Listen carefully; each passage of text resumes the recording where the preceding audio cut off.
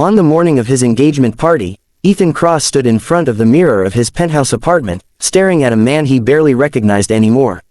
He was a billionaire, self-made, respected, feared in boardrooms, and deeply uncertain. Across the city, preparations were underway for his engagement to Lydia Monroe, beautiful, elegant, admired by high society.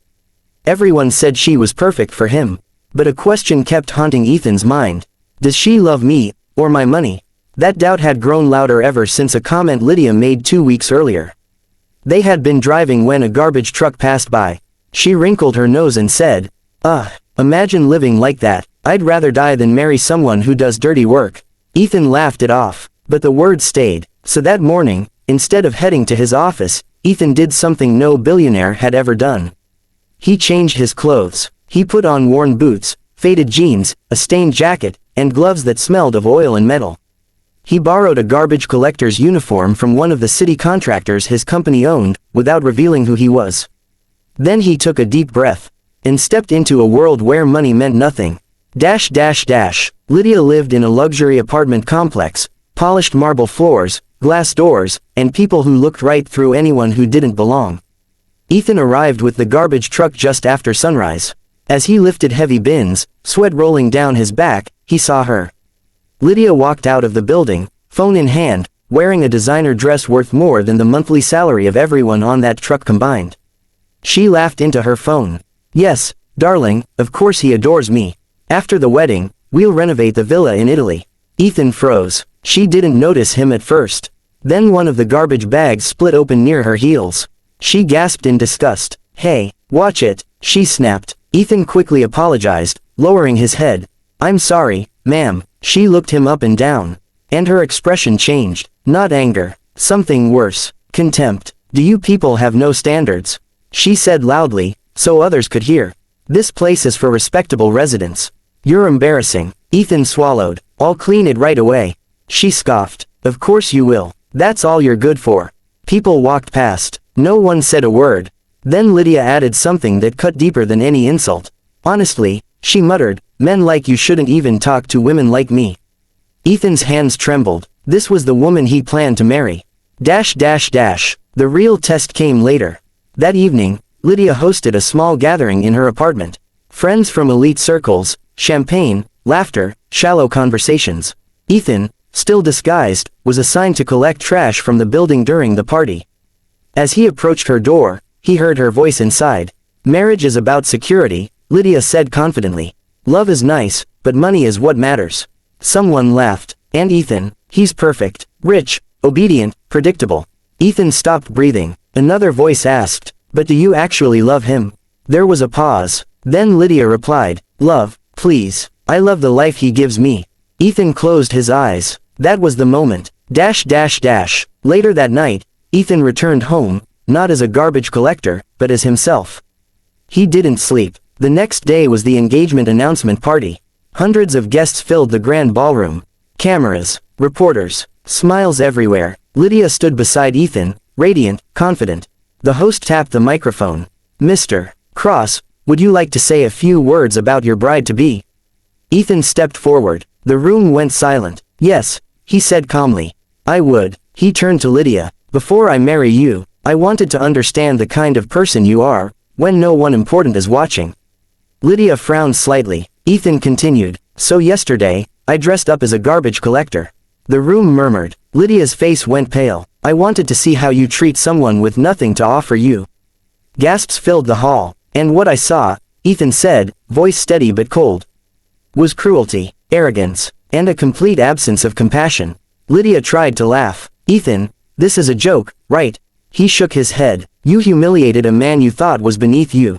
You mocked his existence, and you admitted, clearly, that you don't love me."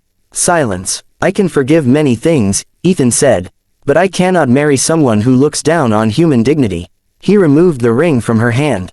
"This engagement is over." Lydia's world collapsed in seconds. The story went viral, but Ethan didn't feel victorious. He felt free. Weeks later, he returned to that same neighborhood, this time openly. He met the garbage collectors again. He raised their salaries, improved their working conditions, and personally thanked them. One of them asked, Why would someone like you care about people like us? Ethan smiled. Because a person's worth isn't measured by their job, but by their heart. And this time, he meant it. Weeks passed after the broken engagement, but the silence that followed was louder than any scandal. Ethan Cross went back to work, yet something inside him had changed. Board meetings felt hollow. Luxury felt meaningless. Even victories felt empty. For the first time in his life, he wasn't chasing success. He was searching for truth. One rainy evening, Ethan's driver took a wrong turn due to road construction, and the car slowed near a modest neighborhood on the edge of the city. Ethan's eyes drifted toward a small community center. Something about it felt familiar. He asked the driver to stop. Inside, volunteers were serving food to sanitation workers finishing their night shifts. Some were still in uniform. Tired faces, honest smiles, and then Ethan saw her. She was handing out bowls of soup, sleeves rolled up, hair tied back, laughing softly as she listened to an older man complain about his aching knees. She wasn't dressed to impress. No makeup, no jewelry, but there was a calm strength in the way she moved. Ethan stepped inside. Her name was Maya. She noticed him immediately, not because he was rich, but because he looked lost. "Are you okay?" she asked gently. Ethan nodded. "I think so." She smiled. "Soup helps. Sit." No one had spoken to him like that in years.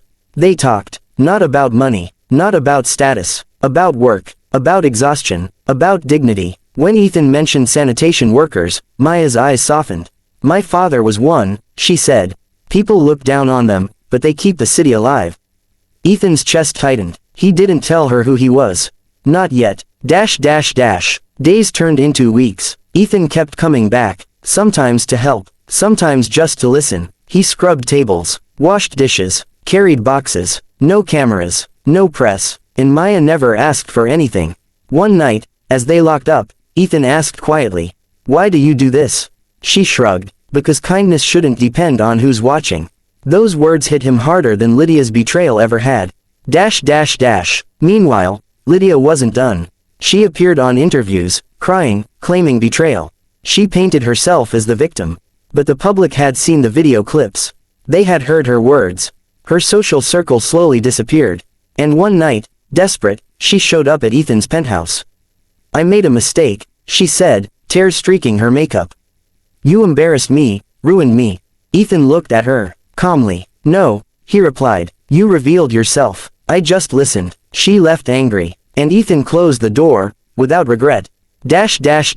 One evening, after weeks of silence, Ethan finally told Maya the truth.